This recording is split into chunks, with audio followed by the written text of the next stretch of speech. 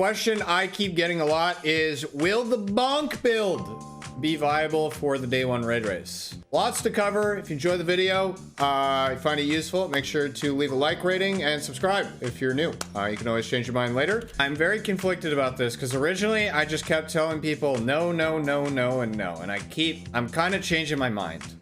So if you don't know what the bonk build is, the basic 3 elements are mid-tree hammers, because it gives you that mini hammer that you throw around as your melee, any 1-2 punch shotgun, and Synthoceps or Worm God Caress. I use Synthoceps because they're a lot more consistent. The bonk build can also be kind of paired with Severance and Closure for ad clear. The perks that I'm running in particular for this build: Elemental Charge. So when I make elemental wells by getting kills with the mini hammer with melee well maker. When I pick up those wells, I get Elemental Charge, which gives me Charge with Light.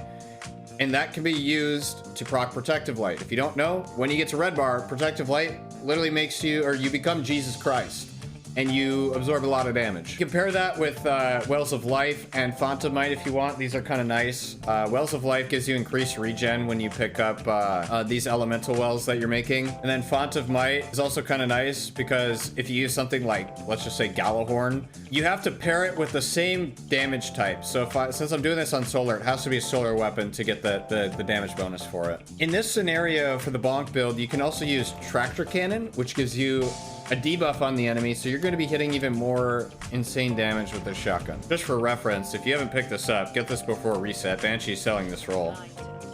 It's a 1-2 punch shotty. Okay. So for the first part of this, I'm going to show off the Severance and Closure part of this. So essentially, same mods. Whenever I get a kill with the hammer, big explosion happens, and you'll kind of see that. Another perk to this build is the 1-2 finisher that I didn't mention. So if you lose your hammer, you accidentally do one of these.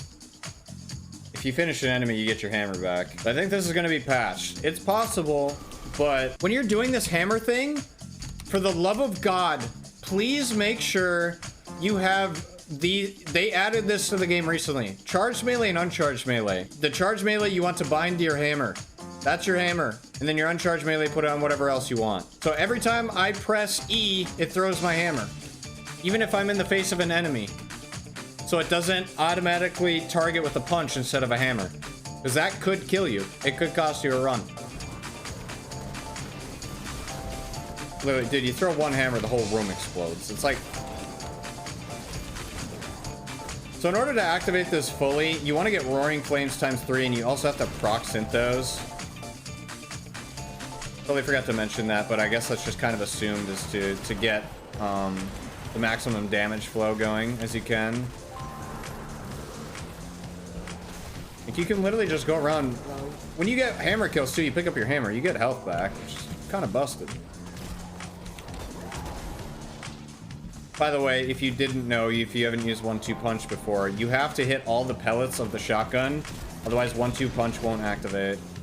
Many buffs. It's a lot to look at, but again, the most important ones are your Roaring Flames and your Synthoceps. I don't have Synthos on yet because I'm still using the Severance and Closure for ad clear. So if there are champions in the raid, you should just theoretically be able to 1-2 punch them and they just die instantly. That's like the biggest use case I see for this personally.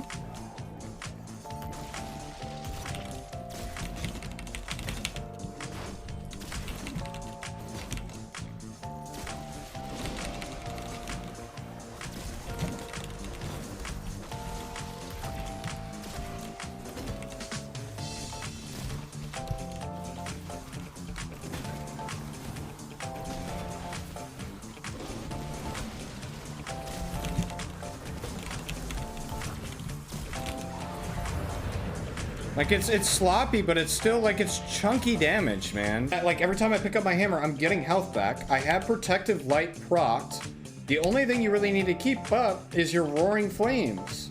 And make sure you keep reapplying Tractor. It's not needed, but the hammer baseline itself with Roaring Flames ×3 is so insane. Is it viable for day one? It's such a complicated answer. Like, yes and no. We don't know what the raid is going to be like. Is it going to be close range? Is it going to be long range? This could be patched. We don't really know. There's so many determining factors that decide the fate of this build. This thing has been busted for like a year, 2 years. Use this on Argos, bro. There's other ways you can pair it up. I'm sure you could do something with Heart of Inmost Light too, which I still need to get one. The biggest restriction on why I told people in the first place not to use this is because it's very high risk, very high reward. When you're in a contest level difficulty where you're 20 power under, you're taking so much more damage. Even with Protective Light being able to give you that damage resist, it is very helpful, but that doesn't mean it's gonna save you from getting ripped to shreds by the contest cap in a new raid. But as far as like myself personally thinking whether or not this will be like you need this in the raid to absolutely destroy day one, I'm so split, man. I'm so split. There's so many ranged weapons in this game that don't require any skill gap that allow you to do the same job you could do if you just took it back a step. I guarantee you a lot of the top consistently performing teams will have this ready to go. Will they go in with it right away? Maybe, maybe not. But that's exactly it. It's a niche case thing. Like with Aatrox, when Aatrox on day one, like you needed to play up front and like absolutely destroy him or you weren't gonna get the kill. If this was available on Aatrox day one, bro, that guy gets deleted all day long. Sweat, do you think this is a good option for day one?